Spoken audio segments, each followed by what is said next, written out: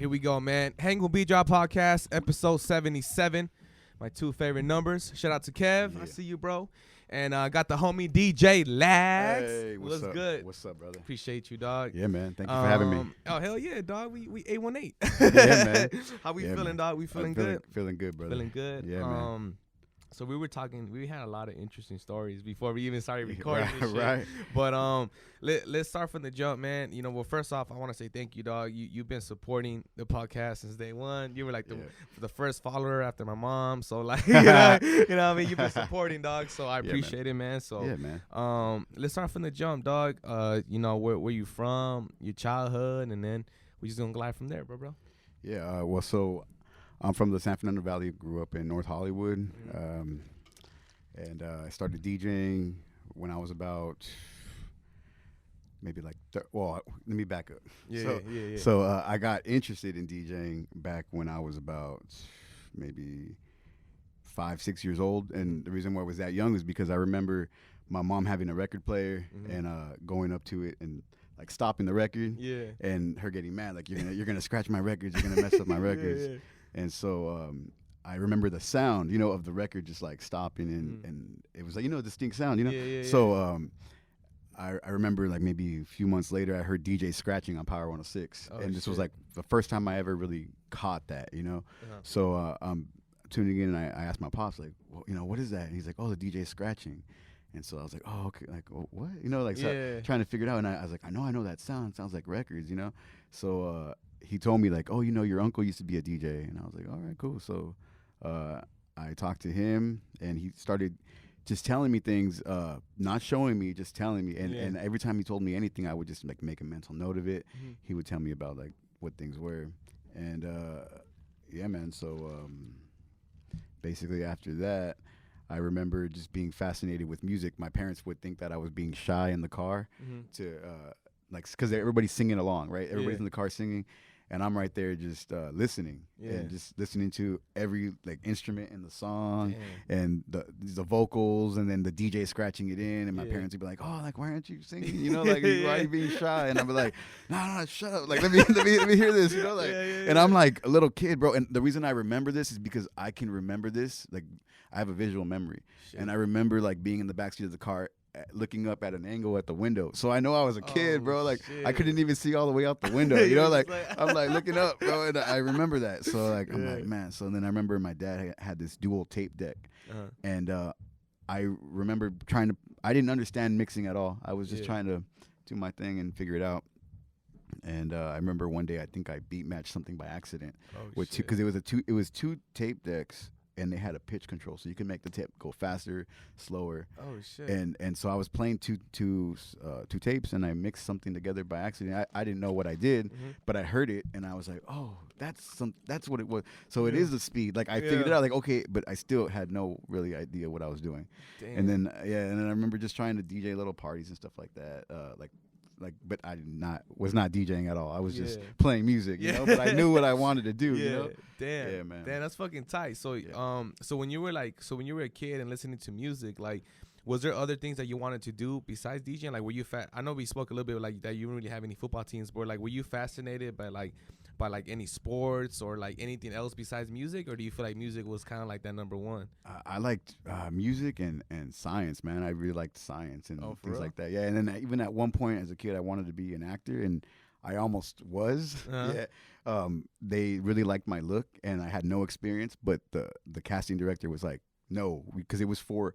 They needed to look like a Power Ranger. So the Power Ranger, it was for Power Rangers, by the way. Oh shit! Oh shit! That's tight.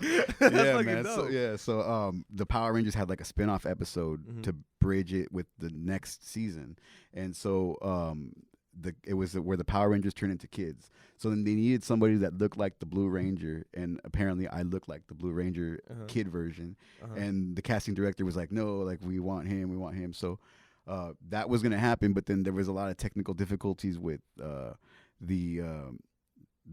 agent trying to get a hold of me, and back then there was no pagers and no there was pagers, but there was no cell phones, and so they weren't able to get a hold of us directly, and so something ran out of time. We weren't able to sign something in time, so I didn't end up getting the part, but it was that close, bro. They were even getting a scripts and everything. So damn. Yeah, man. So Damn. I was that close to. Fuck, you're about to be a pirate. Yeah, man. I know, and it's on Netflix now, so I could have been like, oh yeah, check me out on Netflix. You watch that shit bad. Yeah, I was like, oh, that was supposed to be me, you know.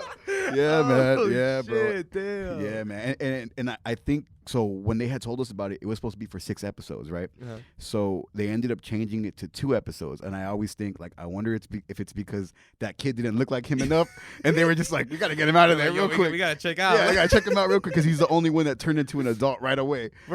So I was like, oh, okay. Like what the fuck? Like, yeah. So I was like, all right, I think they just weren't cool with it. They were like, nah, this actor, nah. He fucked up. Yeah, you know. So they were like, we should have just stayed with that guy, you know. So damn, yeah, man. That's fucking sick. So that's what I was into. I don't know. It was a little phase I was in. Yeah. Because I never really pursued it after that. Yeah.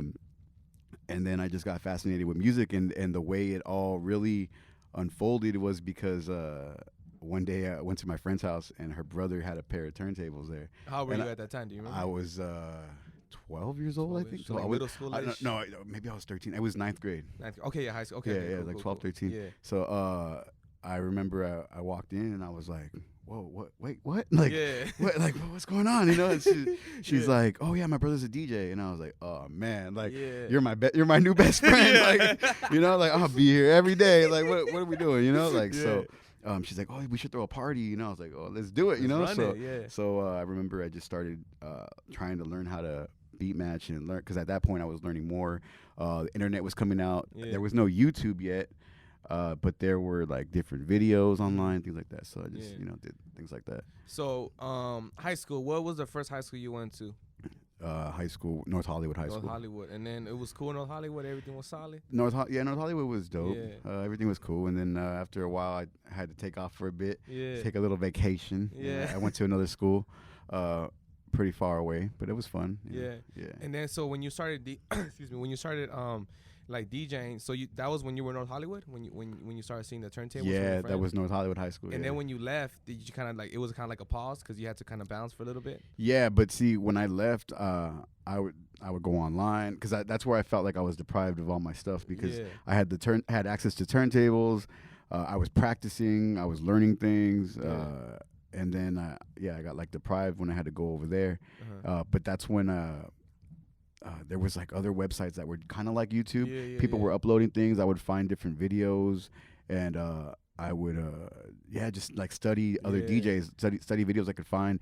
I remember I went to this one store one time and I found a DVD, and it had like different DJs. I don't even remember what it was called, but it just had all these DJs on there DJing and scratching in it, and it was dope, man. I would just watch it, and man, that's basically how I learned, is just watching other DJs and then listening, using my ear and sometimes watching, but it wasn't too much because by the time I learned, YouTube was coming out already. It was like 2005, and I was already kind of like I could beat match with my ear. I could count. I knew BPMs when I heard a song. Like, oh, that's like, okay, that's about 100 BPM. Like, I would just know things like that, and yeah, man. So it just gradually grew like that. From there, yeah. So then when you came back, like, was that when you're like, all right, I'm gonna take this like DJ shit serious, or were you just kind of trying to figure out like what was the next point of your life? Like, I didn't take it fully serious just yet because I was still, focusing on school. But I was definitely interested in it because I would go online trying to figure out like different like DJ apps, like virtual DJ and things like that. Just trying to figure out how to perfect what I already kind of learned, which was like simple beat matching and things like that.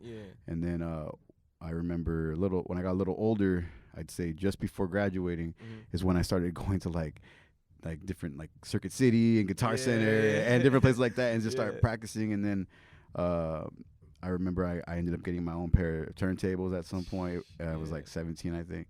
Man, and I got lucky because the guy that sold me the turntables gave me so many crates of records because he was like transitioning to digital. And he's like, I don't even need these, bro. And he's like, most of it I either ripped or I just downloaded it. And I was like, you can have it. And I was like, bro, man. So I got a bunch of crates of vinyl, and a lot of it was like what I liked. It was hip hop. There was some deep house in there. There was some old school and some freestyle, which was my mom's stuff. So so it was like that's what I had grew up on, and that's what I actually even learned how to beat match with, was like up tempo, like freestyle and old school. And I'm also glad I learned on vinyl, because what took me a while to learn was riding the pitch on certain songs, like older songs that weren't quantized. The beats are not consistent, so you had to kind of adjust. You had to know what part of the song it sped up or slowed down.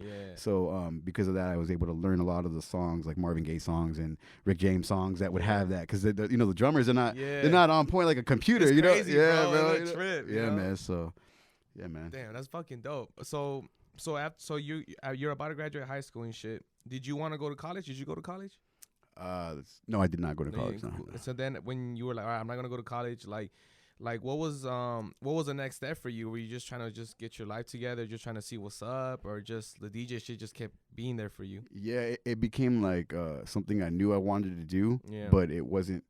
I wasn't able to bring in consistent money with it yet, because I was still. I wasn't like really too good to where I wanted to feel confident enough to go do like a big event. I would do certain events, family events. I did like an event for the Los Angeles Police Department, things like that. But I didn't want to do like weddings and quinceañeras yet, because I was like, no, I need to be, on my A game, and I got to have everything. I didn't want to be that DJ that ruins an event or something, So I was like, oh, man, I got to. Nerve-wracking as fuck. Yeah, man. You got to, man, I be keeping it on internal sometimes. It's like on certain moments, okay, hold on. No needle, nothing messing up right now, because it's being recorded. You're going to ruin a video. It's, I was like, man. So, yeah, like I was really cautious of that stuff. I didn't want to ruin somebody's moment, so I took my time to perfect my craft before I went out like that. Yeah, man. Do you, what were you DJ Laggz the whole time, or how many DJ names did you have before you got Laggz? So for a while I didn't have any name. For even a while I went by like J-Ro, because my name was J. My initials are J, and then my last name is R-O. And so I thought about it for a while. I was like, nah, because there's J-Ro from the Alcoholics. I don't want people to be like, oh, why are you taking this fool's name? Yeah. So I didn't really technically go by it. That was something that I was just thinking about, and I would like tag my mixes online with that sometimes, but it was never an official like DJ J-Ro. But what ended up happening was I started DJing gigs, picking things up, actually doing things, and people were noticing me, and I didn't have a name. I was just DJ. Like, what's your name? Yeah, I was just DJ. I was like, my name is Josh. I was like, my name is Josh. Nice to meet you. So my brother would be like, man, you need to come up with a name. But the reason why I didn't come up with a name was because if I found a name that I liked, I would Google it. And if I found another DJ with that name, I didn't want it. I wanted I was like, no, I had to be something that I couldn't find, that nobody had. So, and then also another qualification that I wanted was, I wanted it to be something that was going to make you think twice. So you hear a name like, something simple like DJ Josh, they might forget that. But if you give them something like DJ Beatdrop or DJ Sour Milk or something like that, DJ Laggz, they're like, what? Like, what? What the hell? And then it creates a memory, bro. And then they'll remember you. So it's like, I wanted a name like that. So then my brother started telling me, man, one day he was like, man, my brother Manny, shout out to Manny, by the way. That's right. He was like, man, I'm gonna start calling you Laggz, man. I was like, he's like, you're lagging it to come up with a name. And I was like, that's hard. And I was like, man, and I was like, man. So then I was like, man, I didn't like it. I was like, nah, bro, I didn't like it. So then we would go to events and he would help me out, set up. And then the people would be coming up, and then he would introduce me. Oh, this is my brother DJ Laggz, and I'd be like, bro, what are you doing? Like, yeah. He'd be like, oh no, bro, and I'd be like, man. So I get upset, like not upset, but I'd just be like, bro, what are you doing, man? That's not my name. So then one day I just was like, let me type it into Google real quick. Let me see, and I typed it in, nothing, bro. No Laggz with an S, no Laggz with one G, no nothing. Just so I was like, wait a minute. Maybe I'm onto something, And I was like, maybe I could use this, in another way, and it kind of does grab your attention because people are like, "What? Do you lag it or like what's going?" Like they ask a second question and then it makes a memory. So And then we just crack up about it, you know, like that's fucking hard. I like that. I didn't know it was because of that. Yeah, like that's pretty tight. Thanks, that's dope. And then so you're DJing, you're doing that. Were you having any 9-to-5s around that time just to kind of get some money coming to the table and shit like that? Yeah, man. I started working at Blockbuster for a while. Yeah, so that was pretty cool. You know, that ancient place where you used to be able to get movies. People are like, what is that? What's that? What is it? Netflix? What? Right?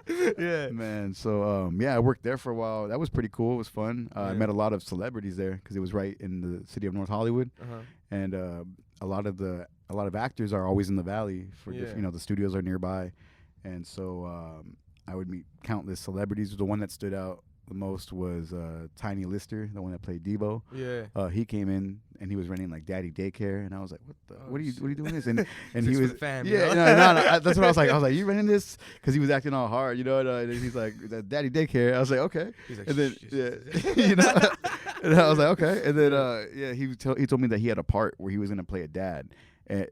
Coming up, so he wanted to research the role, and I was like, oh, okay, all right. Shit. So that's when I started learning, like, oh, okay, actors do that, you know. I didn't know that they did that, so I learned that, and then everything was cool there, man. And then one day, there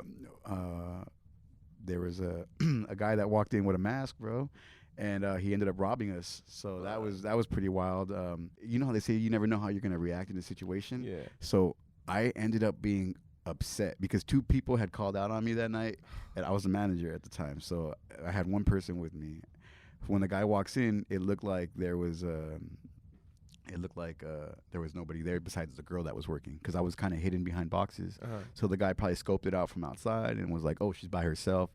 He walked in, and so he walks up to her, he pulls the gun out, and that's when I'm like, oh shit, I'm like, man. So I'm like, man, now I gotta deal. I'm like, the first thought I had in my head was, man, now I got to deal with this shit. Like, like not like, oh my God, I'm getting robbed. Like, literally my reaction was like, oh fuck, man, now I got to deal with all this. So I walk over there. I don't know what took over me, bro. I walked over there like calmly, like towards him, and he didn't see me because he's wearing a mask. So he got startled by me. As soon as he seen me, he started jerking around, shaking. He was holding the gun. Yeah. So it was like a crazy situation, man. So but he ended up taking the money, and I locked the door. And during all that, there was a girl in the line that was calling 911. Like, she's like, they're getting robbed. I was like, girl, can you like do that in the back? Like, can you lower your voice a little bit? He's gonna shoot all of us, bro. What made you be so calm in that situation? I don't know, bro. I think it was like the adrenaline took over or something, man. I don't know, because I didn't react like nervous until I locked the doors. Yeah, after a while. After I locked the doors, then I was like, oh shit, like that really just happened. Because what scared me when I got scared and kind of like put me into that shock mode was he put the gun to my head at one point. And he pushed the gun, like he pushed me with it, and the gun was hot.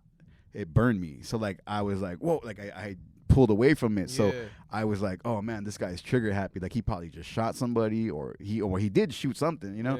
So I was just like, at that point, that's when I was like, oh, this is real, you know? Like this isn't like a toy gun and guy trying to get some money. He has a real gun right now. So that's when it kind of like woke me up, like, whoa, you know? And then and then I ended up leaving there because they thought I had something to do with it, and they said for $200, bro.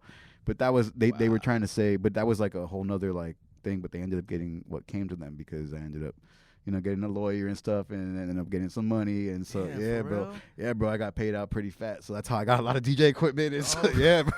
Oh shit! Yeah, man. So I was like, were you the one that founded Netflix after that? Like you were like, bro, fuck this. I should have took all this, bro. Damn, man. Bro. So, dude, that's a crazy situation. Yeah, bro. It was wild, but like it was like a blessing in disguise because they set me up. They did all that funky stuff that they did because they try to just set me up like with taking days off. They're like, oh yeah, take some days off, to get over it. This was like maybe over a month after.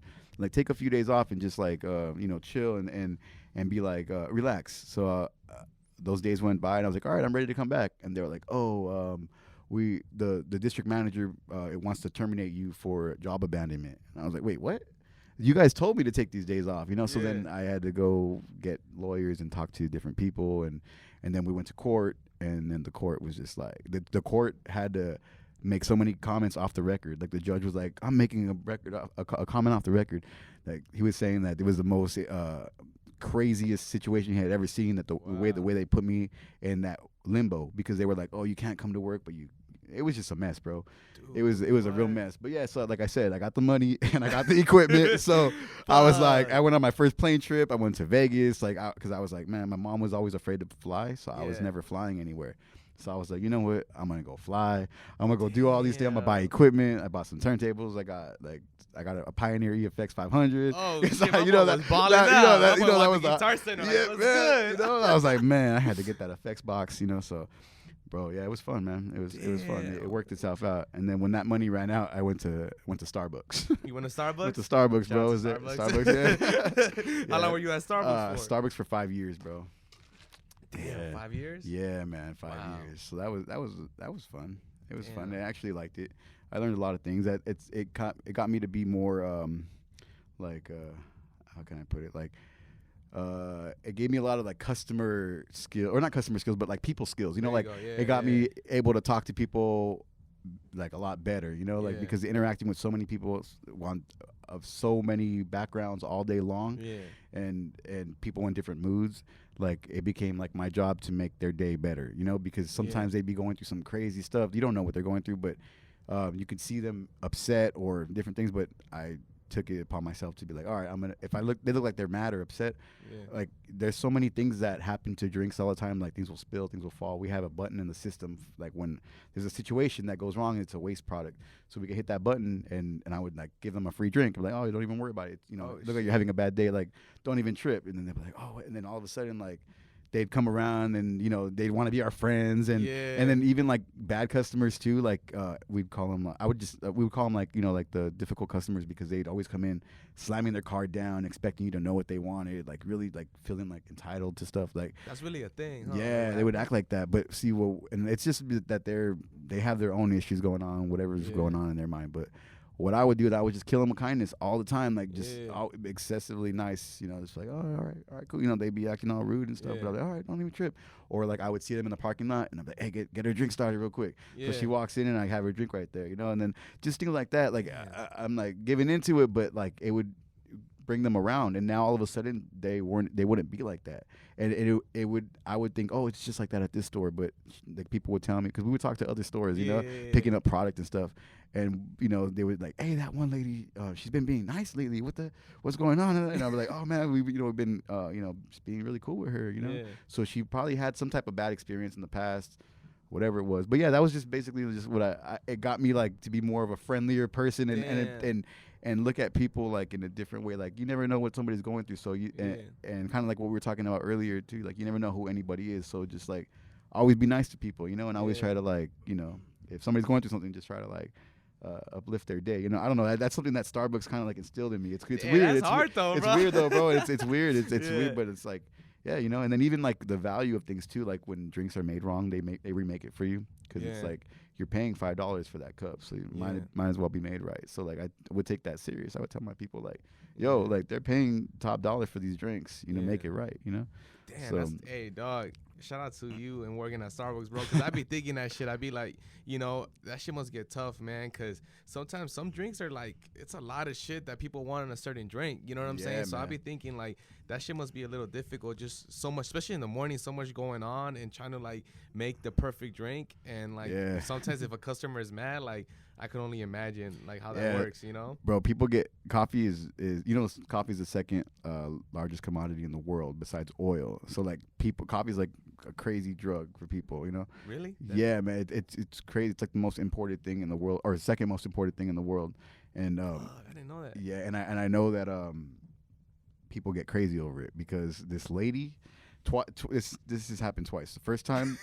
I'm like, yeah, okay, right. So in the drive-thru, we had a entrance from the alley, and then the regular entrance. Yeah. So sometimes people would try to be sneaky, come to the alley and hook right in, and try to sneak in front of everybody, you know. And people would be honking and getting all crazy. So this one car did just that. They snuck in, and the car that was waiting rammed their car into them over and over and over. Oh, nonstop?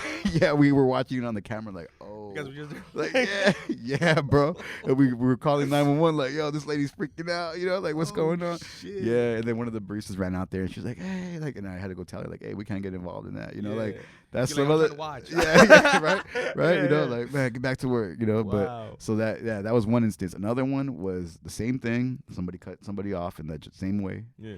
This person went in their trunk and got the tire iron and started smashing out their windows. Yeah, man. I was like, wait, what? Like, no, wait, for coffee? Like, I was going to give, whenever that happens and the people are honking, what I do is, like, the first two cars behind them, I'd give them their orders for free, or at least, like, one of their drinks for free. Like, hey, I'm sorry that guy was an asshole, but here's your drinks for the longer wait, you know? Because he did you guys wrong, you know? Like, I got you, don't trip, you know? But this lady, I was like, lady, I was going to give you your drinks for free, and you're over here. Now you got to pay, like, how many dollars, and you're probably arrested now? Like, you know? I thought I give you a free cup of Joe and shit. Like. Yeah, like, he almost did you a favor, dude, and you broke out his what? window. Yeah, man. Crazy, man. Crazy stuff. That's why I was like, man, people are crazy about their coffee. Dude. Like, they don't fuck around about coffee, man. Fuck, those are some amazing coffee stories, dog. Like, I love coffee, but Yeah. I ain't gonna go get a fucking time. Yeah, man, it's wild. Damn. Oh shit. Fuck. I'm gonna limit down my coffee intake, dog. I gotta be careful, bro. Damn. Okay, so you're working at Starbucks, and throughout that whole time, people find each other for coffee and shit. Like, are you DJing too? Like, just doing both things? Yeah. At that point, I've already been like, because after the Blockbuster thing, that's when I really, like, took that time, and what I did was I acted like every day was still work, so I would, like, kind of, like, clock in to DJ practicing. So my homie Nick, shout out to Nick, he would come over every day, bro, and he would, like, show me music. He'd be like, yo, check out this new guy, check out this, and he'd be keep me up on game, and we, you know, stay up on all the new music coming out.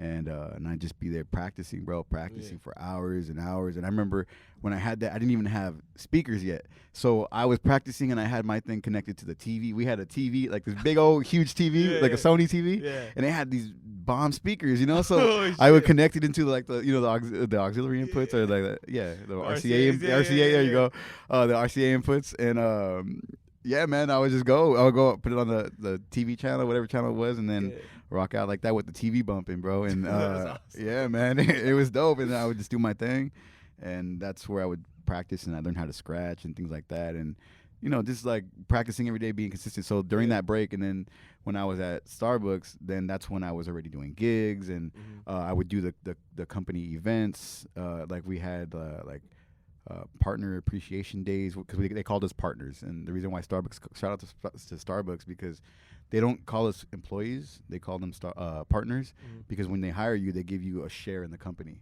so you get actual stock. That's crazy. Yeah, so they call you a partner because you're technically a partner in the company, because you own stock now. Damn. So so anyways, I would do those partner events, and different, like, grand opening of stores and things like that. So it was fun. I was already DJing. That's when I was already, you know, taking on, like, gigs like that, and weddings and quinces, and LAPD events, and firefighter events, and things like that. So that was fun. Damn, no, that's tight. And then shout out to, I believe was it Daniel, the one that was telling us that he worked at Starbucks too, and, like, he was we had a lot of people that work at Starbucks, bro. I'm like, that shit's tight, because I feel like they really take care of their partners. You know what I'm saying? They like, do. Yeah, that's tight, bro. dog. They do. They even send you to school now for free, bro. I don't know if you heard about that. 4 years for free of it's online school, but you get a full accreditation, like a full certificate. So if your certificate versus somebody that stepped in a classroom, nobody's going to know the difference. You still get your full certificate. It's just online courses. So they offer that. And then if you want to go to your own school, they even have a program for that. They'll give you, like, up to, like, it's like a certain percentage of your tuition. Damn. Yeah. And it doesn't even have to be associated with Starbucks, like, because they want you to leave. They want you to they want the new wave of high schoolers to come in, and they want to help you get onto they want to be like a stepping stone to get you into your next career. Damn, that's tight. What made you just go, like, you know what, I'm done with Starbucks? Like, I got, so my aunt kept telling me to apply, because she worked at Warner Brothers. She kept telling me, she's like, you need to apply at the Warner Brothers Starbucks. And I was like, ah. So one day I was like, you know what, I'm going to do it. So I applied, and I ended up getting called back by the studio, not by the Starbucks. The studio was like, yo, your resume is really, because I put that I was a DJ on there too. I put all these things on there. And So they were like, "Oh, your resume is like really, really amazing. We want to hire you for food service." And I was like, "Food service?" And they're like, "Yeah, that's the department, but what you're going to be doing is not food service. They like it's food service to a certain extent, but you're going to be utilized for multiple purposes." And I was like, "What? In a Warner Brothers Studios? Like, sure, like let's do it. Like, I could always go back to Starbucks if I wanted to, you know." So I was like, "You know what? Let's just see what else is out there." Yeah. So I went to Warner Brothers, and about 2 weeks in, they tell me that they're gonna place me on a TV show called The Big Bang Theory, and and I had never seen that show. I'd heard about it. I would always mix it up with like that show 30 Rock or something. I just know like something about the moon and the universe and something like something's exploding. Like they both have like intros with like So I guess that's why I would mix them I've up. never watched that show, but I've heard of it. Yeah, you know what I mean. Yeah. So they put me on that show, and I was doing. Basically, what I was doing was each show it has craft service, and craft service are the ones that provide the food and they set up the food and for the actors and for the crew. Okay. And so what I was there for is to basically monitor those guys and make sure they're not doing anything shady. They're not serving shrimp that's been out for like an hour, or serving something that's or cross contaminating. So I had to go be like a food advisor to them, but which. I would just actually really, honestly, what I would just go do is just chill and just go chill and kick it with actors, bro. Like it was dope, bro. Like it's all I did was like, yo, what's up? Like, bro, the shrimp's cool. They're like, really? Because they got worms on it. And she's like, nah, it's cool, bro. It's cool. No. I would make sure everything was straight because I had. No, we good. I ain't trying to get no. I got like Tyler Perry over here like getting sick and stuff. Like, nah, they're gonna sue us. No, man, hell no. They're like, who was in charge of that? You're like, I've dealt with lawyers already. Yeah, bro. Yeah, I had to keep temperature logs and stuff like that. So I'll be right there checking my stuff, making sure everything's straight. Yeah. Because I would always like take it serious because like you are dealing with high clientele, and you can't have them getting sick during the middle of a work week, because they go about 1 week per episode. So the first couple of days, they're practicing and they're doing their table reads and things like that. And if they get sick that day, then the shoot day they're gonna be be tore up. So. We gotta be on that because they would get expensive stuff and things that could go bad. They get like sushi, they get like filet mignon, they get crazy stuff, bro. I'd be like, whoa! Like I tried so many different foods there that I was like had never tried. I was like, whoa! Like I got exposed to different food, different cultures and stuff like that. So it was dope. And then I kind of got like desensitized to food. Like, cause like in the sense of like paying for it, cause like I was like, man, I just have filet mignon for free, and I gotta go for that. Yeah, bro. I was like, man. So I was like, it was wild, bro. I was like, oh no, I gotta slow down. Like I'm getting a little carried away here, Like I was like, oh snap. So, but it was fun, bro. So I did that, and then they put me on other shows. I had the opportunity to work on the Ellen DeGeneres show twice, which was cool. I talked to her because she wanted bread or some kind of bread for somebody or something like that, but so that was cool. And then I worked on Fuller House, which is that remake of Full House, and a few other shows, man. Mom and Two Broke Girls, and movies too. I worked on a lot of movies. What was it? Annabelle 2. Oh shit. Yeah. And you scared, low key? I was like, oh snap, because they came when I was there. They brought a priest there to bless the stage because they were going to be doing some crazy funky stuff. So I don't know what they really were doing, but yeah, like, man. The strip is cool. Right. So I was like, man, but yeah. So that was fun doing all that. Another cool thing about it was I got to do some audience DJ work for some of the shows, so that was cool, and I'm still kind of trying to get back into that. Because it's like a little field that not too many people know exists. So it's mainly because it's kind of dying out. Nobody tapes in front of an audience anymore.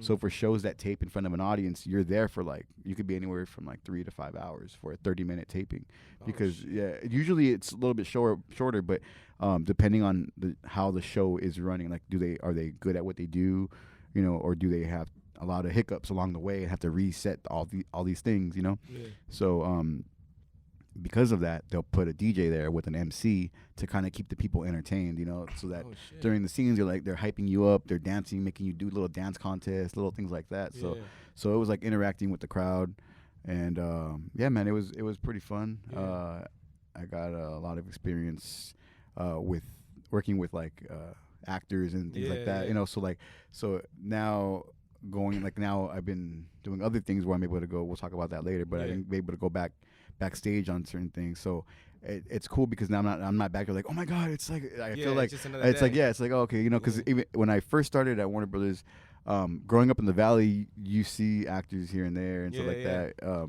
So it's kind of like you're not like, oh my God, but before a while, like certain things I'd be like, oh snap, I'm like chilling with like people that I grew up, like the people from Full House. Like I remember watching a few of those episodes, and now I'm chilling with them. Like they're talking to me, and they're talking about me DJing, and then the cast of The Big Bang Theory.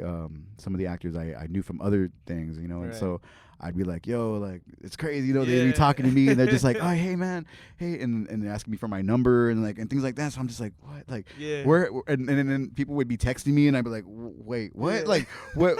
Somebody like pinch me or something because this is crazy. How is this person texting me right now? Awesome. Like, so that was a pretty fun part of my life. And then I kind of took a break from that because the shows were ending, they were going off, so they wanted me to work like on these crazy like trucks for like literally 17-hour days, man. Like I was like, is that even legal? Like, cause like you know, like man, like crazy stuff, bro. But I mean, my buddies that were doing it, their checks were amazing, you know. But because I was working on shows, I would do kind of similar hours certain days, but not consistently. So like a taping day, you're there. You can come in as early as 4 a.m. and leave like at 11 p.m. Wow. Yeah, man. So there's even times where I had to stay past midnight after coming in for almost a 24-hour day. Like that happened like 3 times. Oh shit.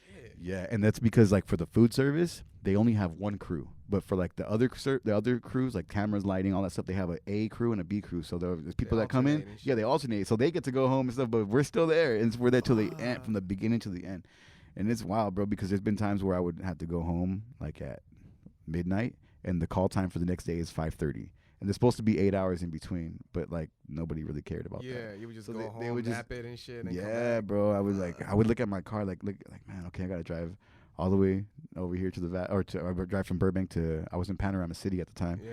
So I was like, all right, 15 minutes there, like 30, that's 30 minutes. Man, I could just sleep right here. Like, man, shit. Because they got fake beds in here, and then they got a shower in there. I was like, man, can I just sleep in here? Like, I sleep on Penny's bed, like from the show, from the characters. Damn. Like, man, like, but, yeah, bro. So that was, like I said, it was cool, it was fun, but what was happening was, it made me put all of my stuff on hold. I was having the time of my life, kicking it with all these people, but DJ Laggz went into hiatus, and you know, I was too busy to do anything because my schedule was crazy, and so yeah, man. I had even started Primitive Radio. It's a radio thing that I started up back in right before I went to Warner Brothers, like in transitioning from Starbucks to Warner Brothers. I had started this thing, and because I started Warner Brothers and started working so many crazy hours, I stopped. Like I just put it to the rest, you know. So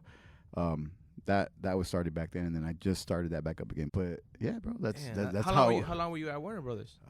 2015 to 2017, so 2 years. 2 years, yeah. And then, so when you put a stop into that, when you were like, all right, you know what, like I kind of need to do my own thing, like what was the first step for you? Were you just like, all right, cool, let's go back? Because I'm pretty sure you were probably canceling a few gigs, right, while you were doing Warner Brothers? Yeah, well, I was turning down gigs, so there was like expensive gigs coming in, and then the thing about the shows is that if we finished early, I would have to go check in with my bosses, and there were days where they would need help with other things. So my schedule was never like, oh, you're off at this time. It's always like, you could be off, but you might not be. But you might not be off. Yeah. You know, so like, it's like, wait, what? So I can't be having people waiting on me like that. So I'm like, man, so it became a mess. But what ended up happening was I kind of tried to find a balance, and I started picking up gigs, little spots here and there. And I had an extra gig. Somebody hit me up, and they were like, yo, I got this gig. They had a low amount, but my equipment was in the car from the night before. I was like thinking about it, like, man, they were lowballing, but I was like, man, it wasn't too low, but it was low enough to where I was like, nah, you got to give me a little more. Yeah. So I got them to go up just slightly, a little bit more, and I was like, all right, cool. I kind of factored in the fact that I had, you know, the stuff in my car, and I was like, all right, I'm gonna go do that. As soon as I accepted it, I get another call for somebody that needed an emergency DJ that night. Same, a little bit later than that gig, and their budget was a lot higher, and I was like, oh man, yeah. I was like, shit, man, why did I? Because I'm not the kind of person that's gonna cancel on them. Like, oh, by the way, can't make it. You're like, Yeah. So I was like, shit. So I was like trying to pass this gig off to somebody. I was like, man. Yeah. So I passed it off to this guy I had barely met, which was a promoter at Skinny's, and I had just met him because my brother's birthday had just passed, and my brother had his birthday there. Wow. And my brother, he was like the popular kid in school, so he filled that place up, you know. Yeah. And the promoter was telling him, or my brother had told him, like, hey, I want my brother to DJ here. And it didn't end up happening right away. So I had still had that guy's number. So I was like, hey, maybe this guy, you know, maybe he could take this gig. Right. So I hit him up, and he took the gig. And he was, like, super thankful. He's like, oh, man, thank you for the gig. And let me return the favor, and I need to get you at Skinny's. I owe you. So, yeah, man, he shot me a gig. And then as soon as I was done spinning, the manager was like, hey, can I talk to you in the back? And I was like, yeah, sure. So I go back there, and the owner's back there, and he's like, oh, we just want to let you know that we heard you DJing the entire time, and we have not heard anybody DJ like you. They're the kind of DJ that we're looking for. Would you be interested in taking your own night here? We have Saturdays are about to become available because the Saturday night guy was about to take off doing his own projects. Like, it was just like the timing was just like perfect.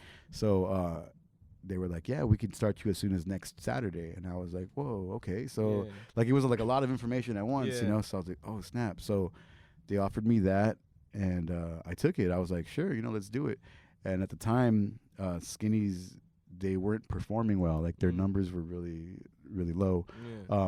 And they were even mentioning selling their business. They were telling me that they were at that point, and they were that I was their one last chance. They said they were gonna try one last time. They're like, no pressure, right? So what they did was they got rid of like almost all their staff, their management, everything. They started fresh with everything. Wow. So they were like, yeah, now we want to rotate the DJs out. So basically, yeah, man, I got a residency, but by just spinning one time, they heard me and they liked me. So that same thing happened to me back in 2012. So I was still working at Starbucks at that time still. So when I was working at Starbucks, same situation. A buddy of mine who was like, yo, man, how come you're not out DJing? Why aren't you out there doing things? And I was like, oh, you know, I was still like just doing like private gigs. You know, I never got out into like clubs, bars, things like that.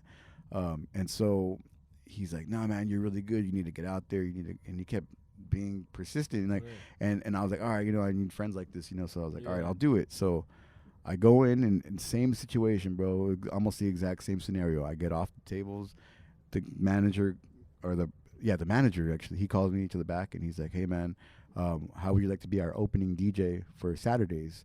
Because the Friday nights were my buddies, and I was like, you know, I didn't want to take nothing from him. Right. I was like, no, I don't want. He tried to offer me both. He's like, you want to do the opening for Fridays? I was like, I don't want to step on my buddy's toes. Like, if Saturday's a whole different thing, he's not part of that. Like, I'll talk to him about it. And because that was one thing is like, I never wanted people to think like, oh, I'm gonna walk in there and take your gig or something like that, because that's not how I operate.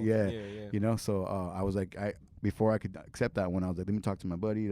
So I told him, and he was like excited. He was like, dude, what? Like he was like, yeah, do it, man, do it. So, you know, I ended up doing that, and I became their opening DJ there. It was called D Lounge. I don't know if you ever heard of that back in the days. So, it was in Northridge. And they made some waves because they had a lot of artists there. We had like Roscoe, we had Too Short, we had Cali Swag District, Warren G, we had Mac 10. Like, we had a lot of people there. Yeah. So, and it was like every other week we would have artists. So, and that was pretty dope because a few times I got to DJ for them. Like, like Mac 10 came one time with this old machine that was malfunctioning and stuff. And I was like, I got all your instrumentals, bro. Like, let's do it. Let's do it. You know, he's like, oh, all right, like, let me give you the playlist. This is the order that I wanted in it. And I was like, all right, cool. So that was dope. Like, just little things like that along the way. Those are the only two residencies I've ever had. I had D Lounge in 2012 for about a year. I had Friday. They ended up giving me Fridays after a while because my buddy took off.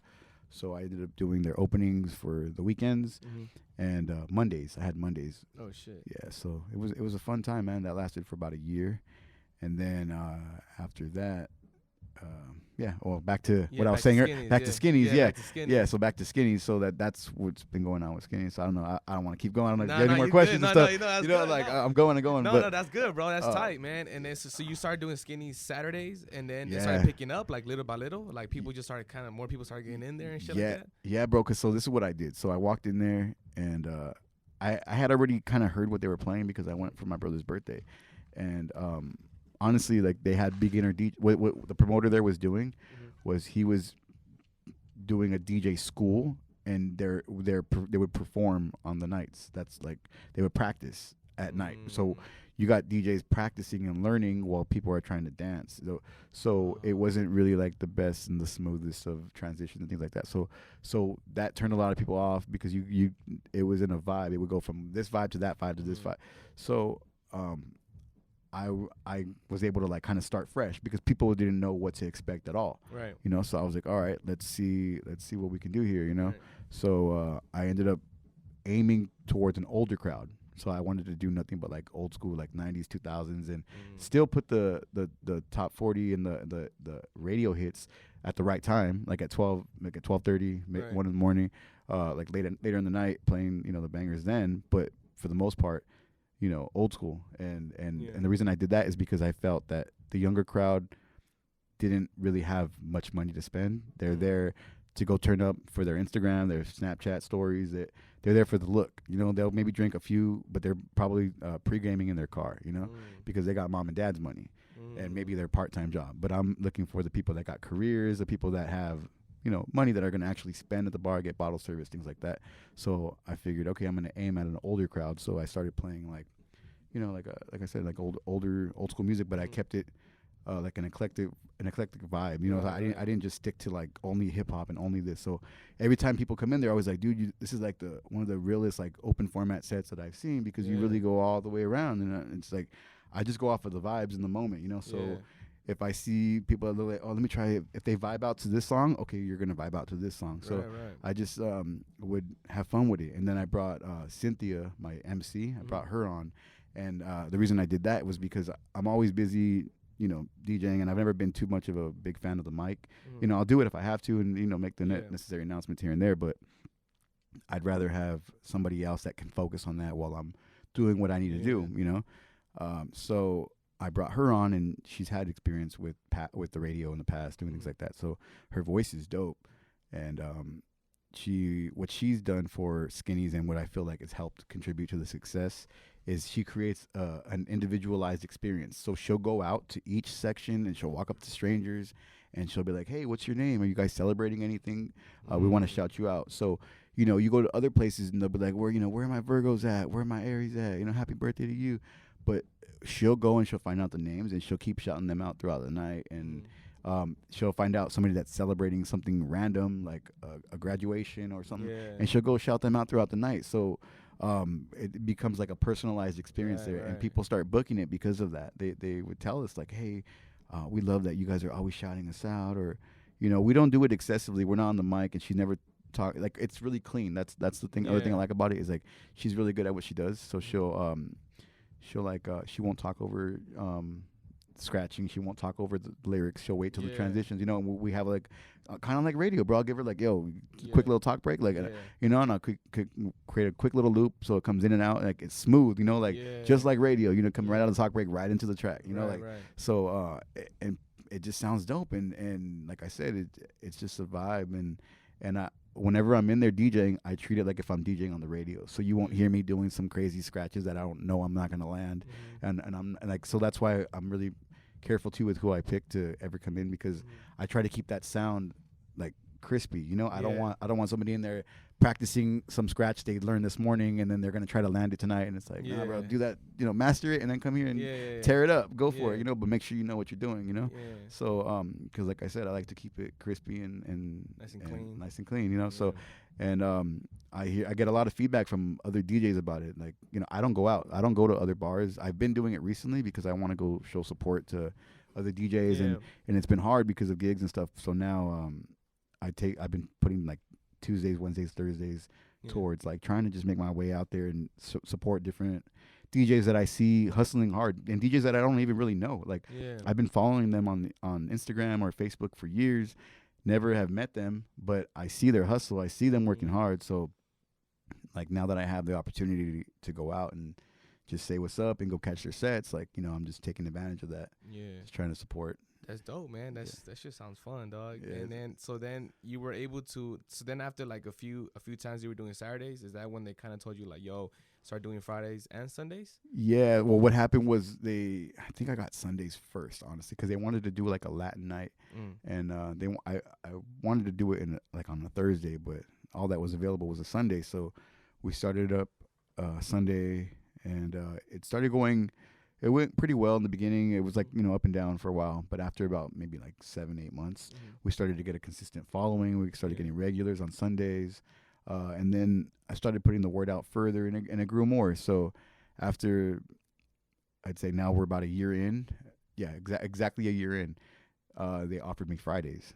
So they were like, hey, how would you like to take over Fridays? Because we need Fridays to look like Saturdays. Because my Saturdays were doing, like, from when I started, I had tripled both their door traffic and their numbers at the bar, and all within a year. Wow. So yeah, and so they were loving me. So they were like, you need to take over Fridays. You need to turn Fridays over. And then I was thinking like, what can I do for Fridays that's gonna entice people to come? Yeah. What's gonna be different? So I hit up my boy DJ Red. Shout out to Red, my boy from 935K Day.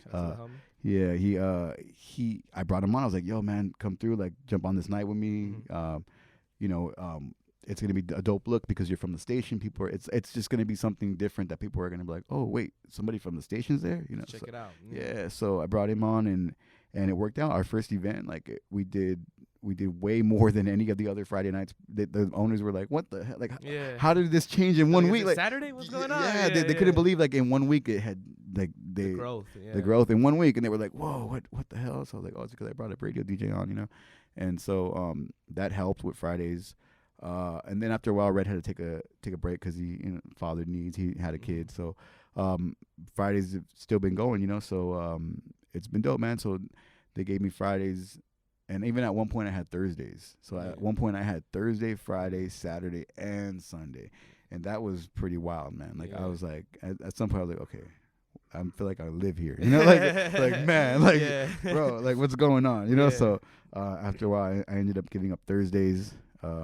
So that was cool. Like it was kind of like a relief. Yeah. You know, like, all right, not so much in one place. You know what? I wouldn't have minded it, but it was like kind of getting crazy. Like where I'm like, man, I'm here every day. Yeah. And then their mixer wasn't working, so I was having to. What was kind of bugging me about it was I was having to bring my mixer. So, the problem with that for a while was that I would get home and my equipment wasn't set up, so my practicing was like cut down. Yeah. It was barely, because it would be in my bag or it'd be in the case. And then when you get home, if the equipment's set up, it's like, oh, okay, let me practice real quick. If it's not, I'm like, oh, I gotta plug in all these wires.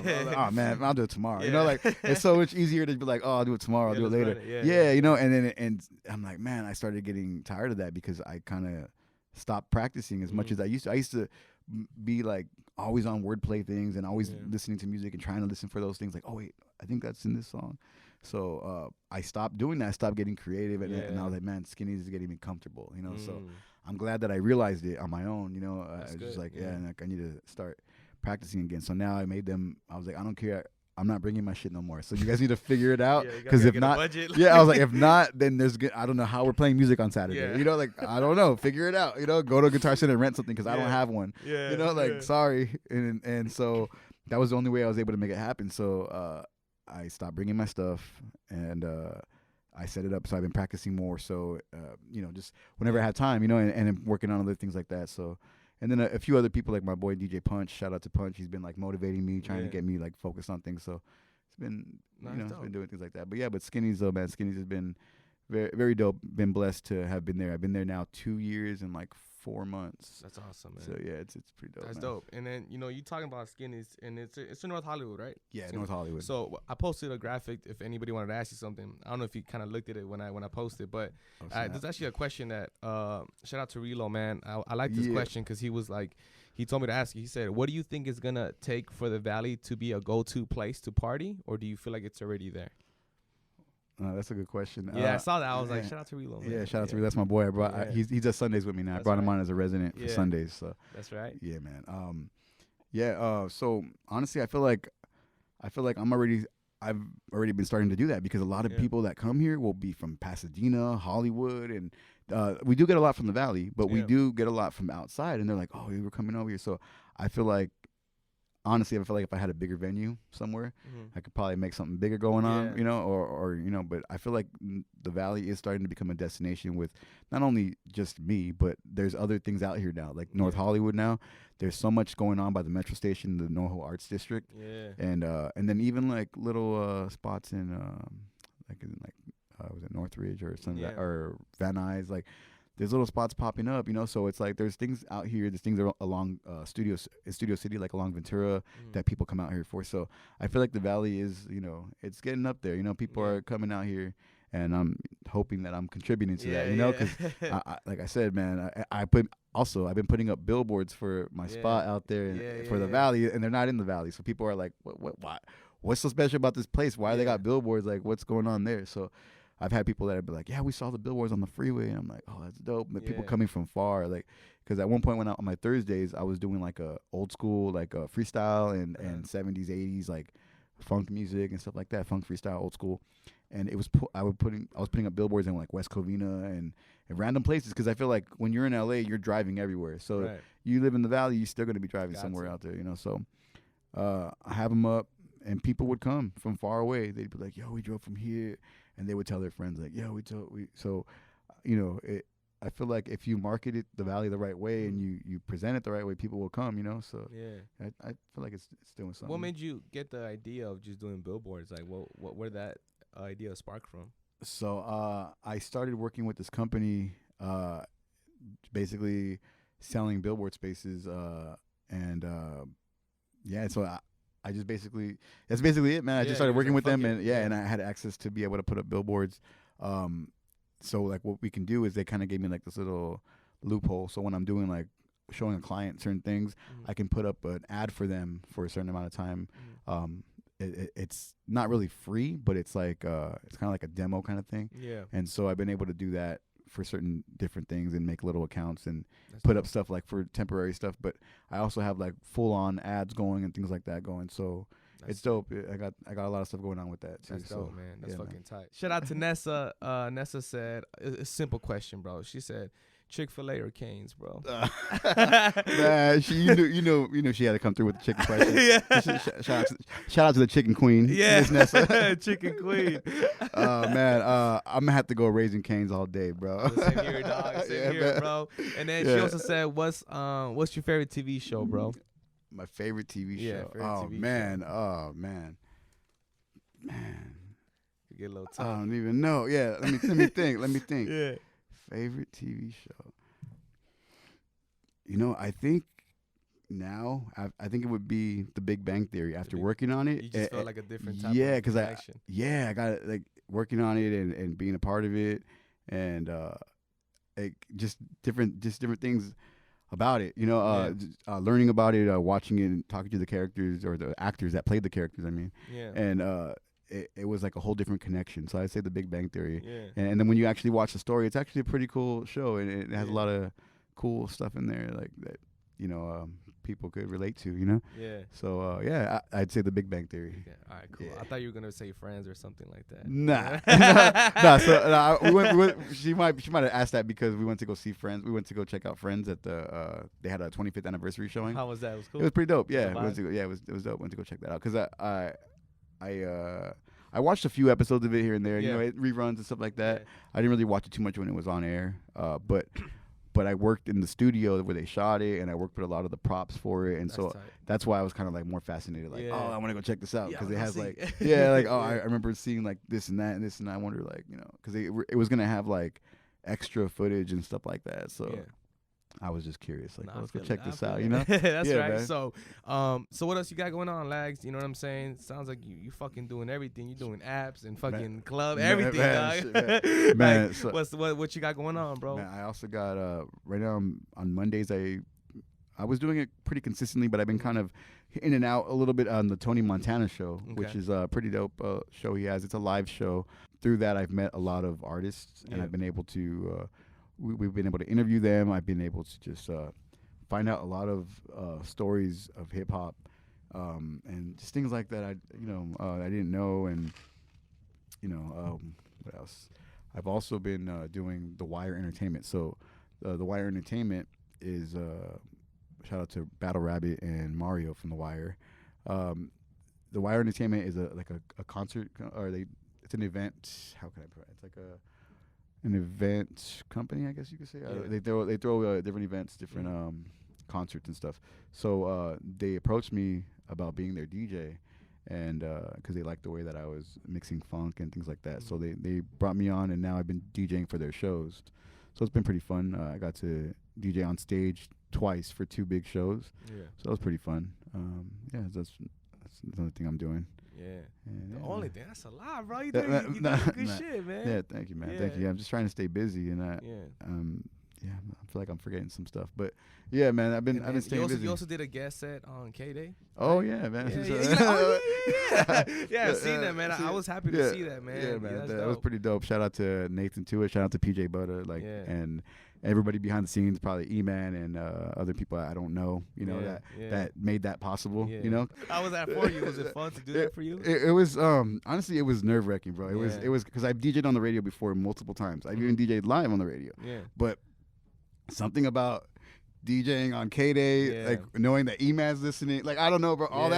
All that really got to me, bro. And I was so nervous, bro. I don't know if I was like shaking or something, but like so grateful for the experience, because that was like a dream come true. Because I've been up there in those studios, but when it was power on the other side, and I remember like thinking like, man, one day I want to be up here DJing, and it happened. And the way it happened too was just like, Nathan called me. He's like, "Hey, dude, you want to DJ on the air tomorrow?" I was like, "Wait, what?" Like, you be like, "Let me see my schedule." I was like, "I need to go record." No, I was like, "Yeah, let me make sure I can schedule you in real quick." Let me get back to you on that. Get back to you. Let me get back to you real quick. So I was like, "Wait, what?" And so, man, I was like, "Pre-recorded," and he's like, "Nah, live." And I was like, "Wait, what?" Yeah.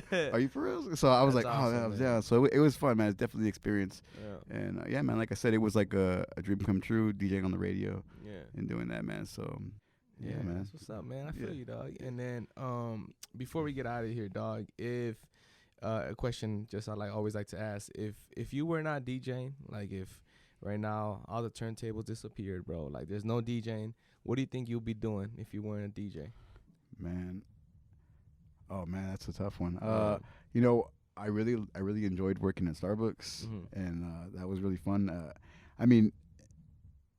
I think I'd probably like start up a coffee company or something like that, like my own thing, because I had a really good time with it, and I enjoyed it. So I probably go up against them, kind of, because I learned a lot of things on how to run that business, being a manager there. Yeah. So I feel like maybe I could take those ideas and use that to my advantage. Yeah.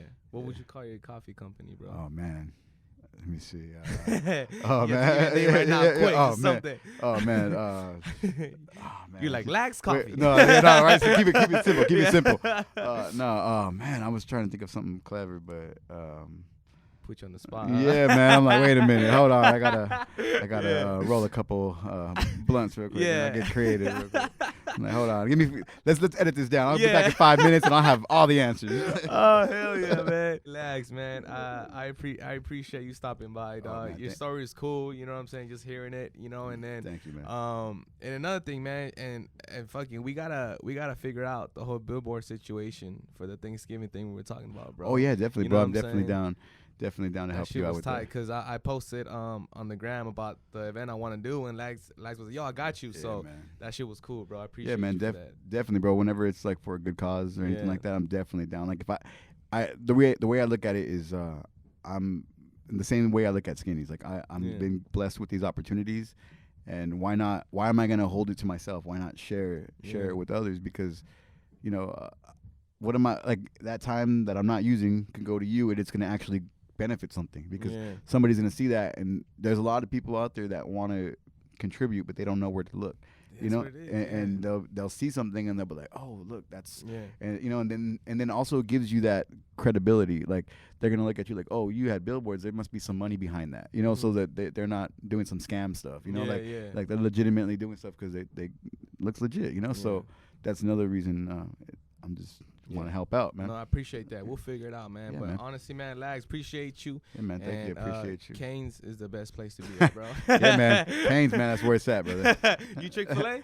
Oh, man. Nah, you look like a Pollo Loco guy. Right. All right, man. We out of here, man. Peace.